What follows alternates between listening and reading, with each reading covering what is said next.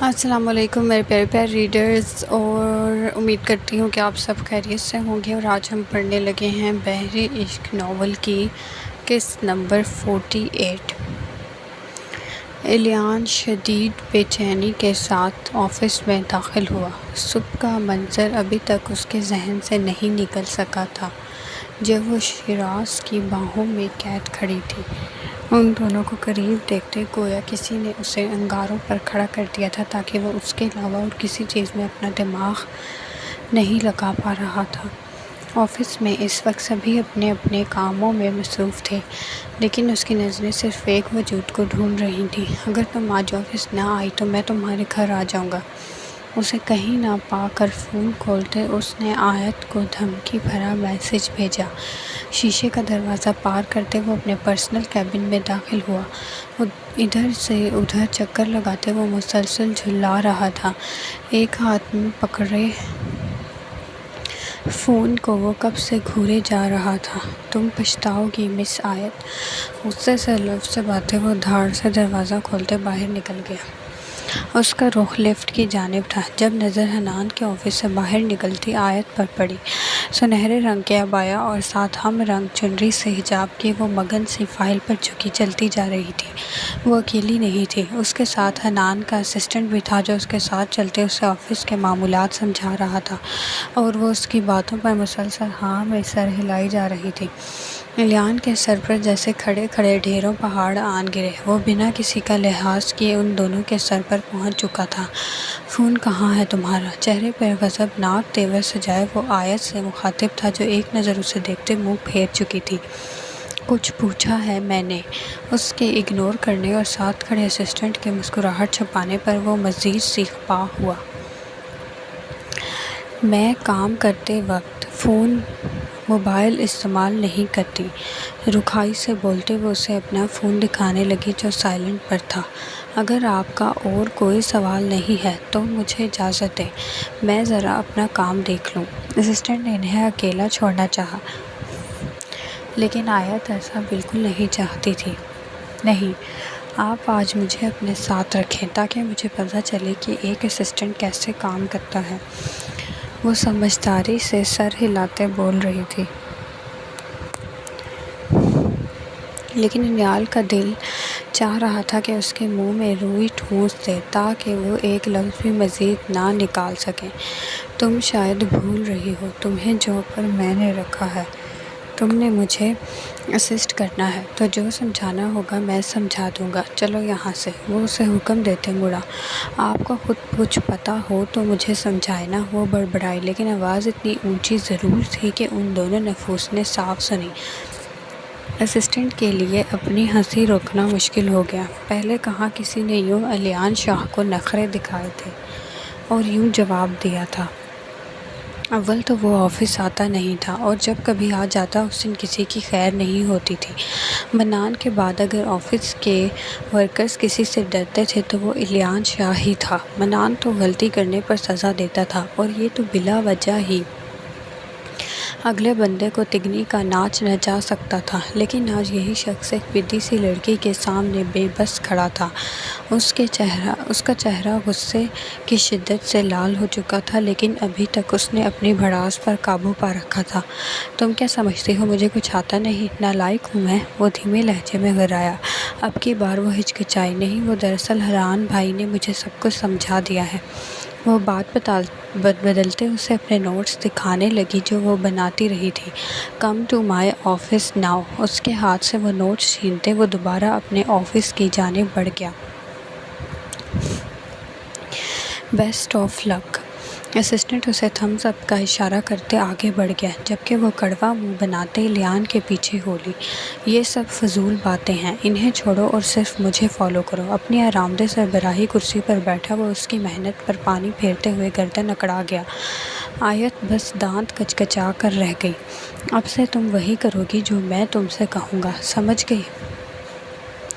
جی، اس نے دل کڑا کرتے جواب دیا۔ سر بولو مجھے۔ جی سر، وہ منمنائی۔ ایلیان شاہ کی انا کو کچھ سکون ملا۔ چلو اب کام شروع کرو۔ سب سے پہلے مجھے ان سب فائلز کو ریڈ کر کے اور ساری غلطیوں کو ہائی لائٹ کر کے دو۔ اس کام سے پہلے مجھے کافی بھی لا کر دو۔ وہ جو حیران سی فائلز کے انبار کو دیکھ رہی تھی، اس کے آخری حکم پر اسے گھورنے لگی۔ میں کیوں بناؤں کافی بھلا؟ وہ اس نواب کے نخرے تھوڑی اٹھانے والی تھی۔ بھولو مت، تم میری اسسٹنٹ بھی ہو، سیکریٹری بھی اور پرسنل سیکریٹری بھی۔ آیت تو ان لفظوں میں ہی الجھ گئی۔ اس لیے میری صحت کا خیال رکھنا بھی تم پر فرض ہے، تو میرے کھانے پینے کا دھیان بھی تم رکھو گی۔ وہ اپنی بھوری کان سی آنکھیں پھیلا گئی۔ ہرگز نہیں، میں صرف اپنے بابا کو کھانا بنا کر کھلاتی ہوں، اس کے علاوہ کسی کو نہیں۔ وہ حتمی انداز میں بولتے فائلز اٹھانے لگی اور اپنے شوہر کے لیے ان الفاظ پر وہ ساکت ہوئی۔ اسے بھی بنا کر نہیں کھلاؤ گی؟ نہ جانے کیوں وہ پوچھ رہا تھا۔ شوہر کے لیے تو ہر کوئی بناتا ہے، چڑھ کر بولتے وہ مڑی۔ کیوں، تمہارا شوہر کیا آسمان سے اترا ہوگا جو اسے بنا کر دو گی لیکن مجھے نہیں دے سکتی؟ وہ اس کے مستقبل کے شوہر سے جیلس تھا۔ ہاں ہوگا، وہ آپ سے 100 درجے اچھا ہوگا۔ دو بدو جواب دیتے وہ چل پڑی۔ کہاں جا رہی ہو؟ تمہاری ٹیبل وہاں ہے۔ اس کا اشارہ اپنے ہی کمرے کے ایک کونے کی جانب تھا جہاں اس کی اسسٹنٹ کے لیے ٹیبل سیٹ کیا گیا تھا۔ میں باہر سب کے ساتھ بیٹھ کر کام کروں گی۔ اس کا ابھی یہ بولنا ہی تھا کہ وہ شیشے کی میز پر ہاتھ مارتے کھڑا ہوا۔ جتنا کہا ہے اتنا کرو۔ اس کا لہجہ اس قدر دہشت لیے ہوئے تھا کہ وہ چپ چاپ سہمی سی وہیں بیٹھ گئی۔ کچھ ہی دیر میں وہ اپنے کام میں مگن ہو چکی تھی، جبکہ لیان شاہ اب اس کے چہرے پر نظریں جمائے اس سوچ میں گم تھا کہ وہ کیسے مستقبل میں اسے اپنے شوہر کے لیے کھانا بنانے سے روک سکتا ہے۔ ہلکی بڑی ہوئی شیو پر ہاتھ پھیرتے وہ گہری سوچ میں گم تھا۔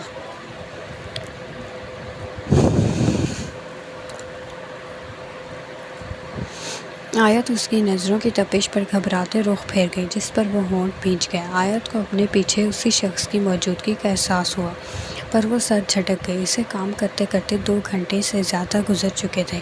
اب اسے بھوک ستانے لگی۔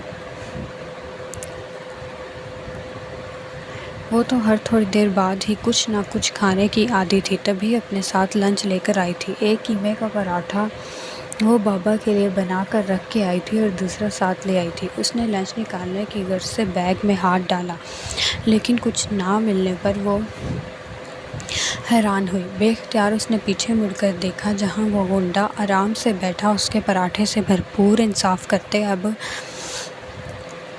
انگلیاں چاٹ رہا تھا۔ آیت ہڑبڑا کر اٹھ کھڑی ہوئی۔ اس کے سر پر پہنچتے روحان سے تاثرات کے ساتھ خالی لنچ باکس وہ دیکھنے لگی۔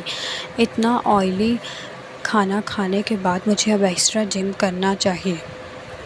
مزے سے آنکھ مارتے وہ اٹھ کھڑا ہوا۔ آپ، وہ انگلی اٹھائے اسے کچھ سخت سنانے لگی، لیکن پھر رک گئی، اور لیان شاہ کے چہرے سے تو مسکراہٹ جدا نہیں ہو رہی تھی۔ وہ آج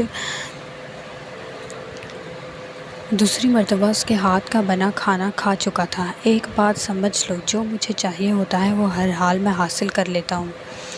اس کی بات پر آیت نے مٹھیاں بھینچ لی۔ چاہے اس کے لیے چوری ہی کیوں نہ کرنی پڑے۔ اس نے اسے شرم دلانی چاہی جو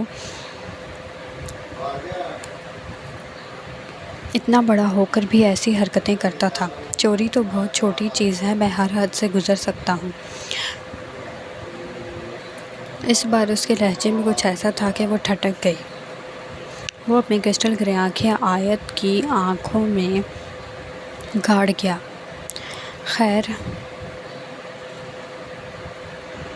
اب میں چلتا ہوں۔ اس سے زیادہ اگر میں آفس میں ٹھہر گیا تو یہ میری شان میں گستاخی ہوگی۔ ایسا لگا جیسے وہ کچھ کہتے کہتے رک گیا ہو۔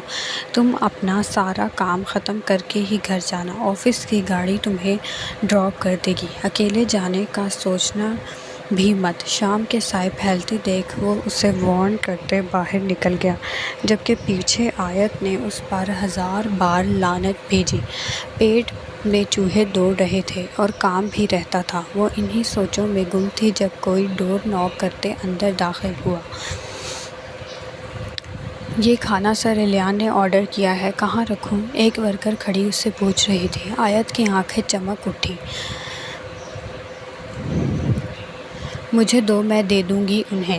وہ جھپٹ کر اس کے ہاتھ سے بیگز تھام گئی۔ وہ لڑکی سر ہلاتے جا چکی تھی۔ اب دکھاتی ہوں اس گنڈے کو کہ آیت احمد کیا چیز ہے۔ اپنی آنکھیں مٹکاتے اس نے بیگز کھولے۔ برگر، پیزا، فرائز اور کولڈ ڈرنک وہاں سب تھا۔ اس کی بھوک چمک اٹھی۔ وہ آرام سے بیٹھتے اب اس لذیذ کھانے کے ساتھ بھرپور انصاف کر رہی تھی۔ باری باری سب چٹ کرتے اس نے آخر میں کولڈ ڈرنک منہ سے لگائی۔ بدلہ پورا، زور سے کھلکھلاتے وہ بے حد مطمئن تھی۔ تو یہ تھی آج کی ایپیسوڈ۔ اگر آپ سب کو پسند آئی ہو تو لائک کریں، کمنٹ کریں اور سبسکرائب کرنا نہ بھولیں۔ اللہ حافظ۔